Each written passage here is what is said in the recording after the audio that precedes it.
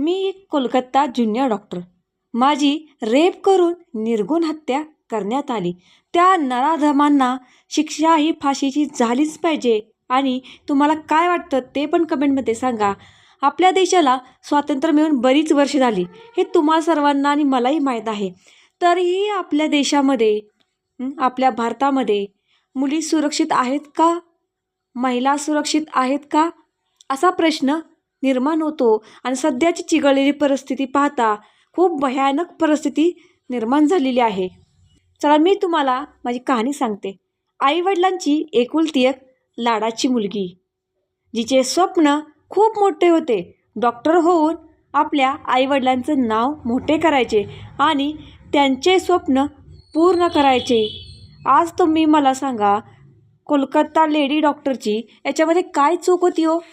तिचं निरागस बालपण, तिने पाहिलेली स्वप्न एका क्षणात मिटतात आणि झोपल्यानंतरनं तिचे डोळे उघडणारच नाहीत किंवा ती ह्या दुनियेत राहणारच नाही, अशी तिला कधी कल्पना तरी होती का हो?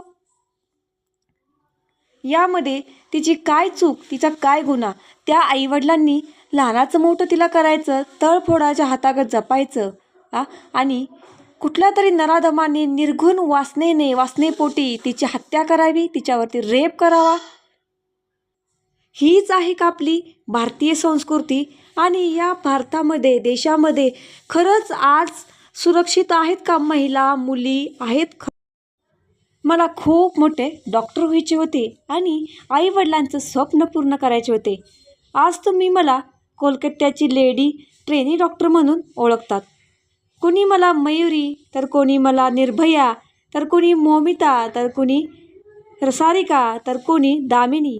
आज देशभरात माझं नाव प्रत्येक घराघरात घेतलं जात आहे.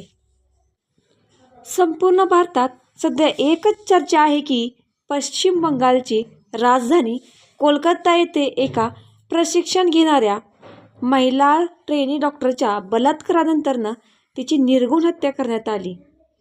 असं म्हटलं जात आहे की या घटनेमागे ड्रग्स आणि सेक्स रॅकेटचा हात असू शकतो. प्रश्न असा आहे की महिला डॉक्टर या रॅकेटसंबंधी काही गुपित जाणत होती का?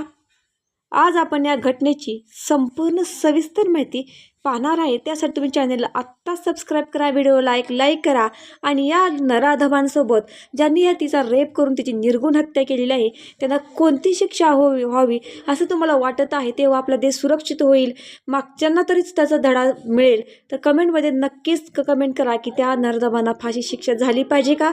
तुम्ही याची सहमत आहात का? हे कमेंटमध्ये नक्कीच जरूर कळवा. मी Kolkata lady doctor, trainee doctor. मी रात्री माझी नाईट ड्युटी होते RG हॉस्पिटलमध्ये आणि मी माझी ड्युटी निभावत असताना, मी कार्यावरती कार्यरत असताना माझी सर्व कामे आटोपली आणि माझ्या मैत्रिणींसोबत मी रात्रीचं जेवण केले. रात्री 2 वाजता मी जेवण केले आणि विश्रांतीसाठी, आरामासाठी मी सेमिनार हॉलमध्ये झोपण्यासाठी गेली. पण कोणाच ठाऊक की मी झोपेल ती मी परत डोळे उघडणारच नाही किंवा मी या दुनियेत, या जगात राहणारच नाही, माझं पूर्ण अस्तित्वच नाहीसं होईल. मी गाढ झोपेत असतानाच कोणी नराधमांनी माझ्यावरती रेप करून माझी निर्घृण हत्या करण्यात आली आणि मला या दुनियेतून मला कायमचं मिटवण्यात आलं. ती माझी अखेरची काळझोप ठरली. आणि त्या नराधमांना, हे नराधम कोण आहेत अजूनही पूर्ण ठिकाणा लागलेलं नाही, अजून पूर्ण माहिती हाती लागलेली नाही.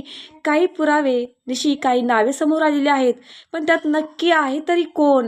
हे एकाचं काम असू शकत नाही, तर कोणाचं आहे ते तर पुढे दिसेलच पुराव्यासहित. पण या नराधमांना शिक्षा झालीच पाहिजे आणि व्हायलाच पाहिजे. असं निर्घृण कृत्य करताना त्यांना थोडीशीही भीती वाटली नाही, थोडीही लाज का नाही वाटावी? व्हिडिओ आवडल्यास लाईक, शेअर, सबस्क्राईब करा.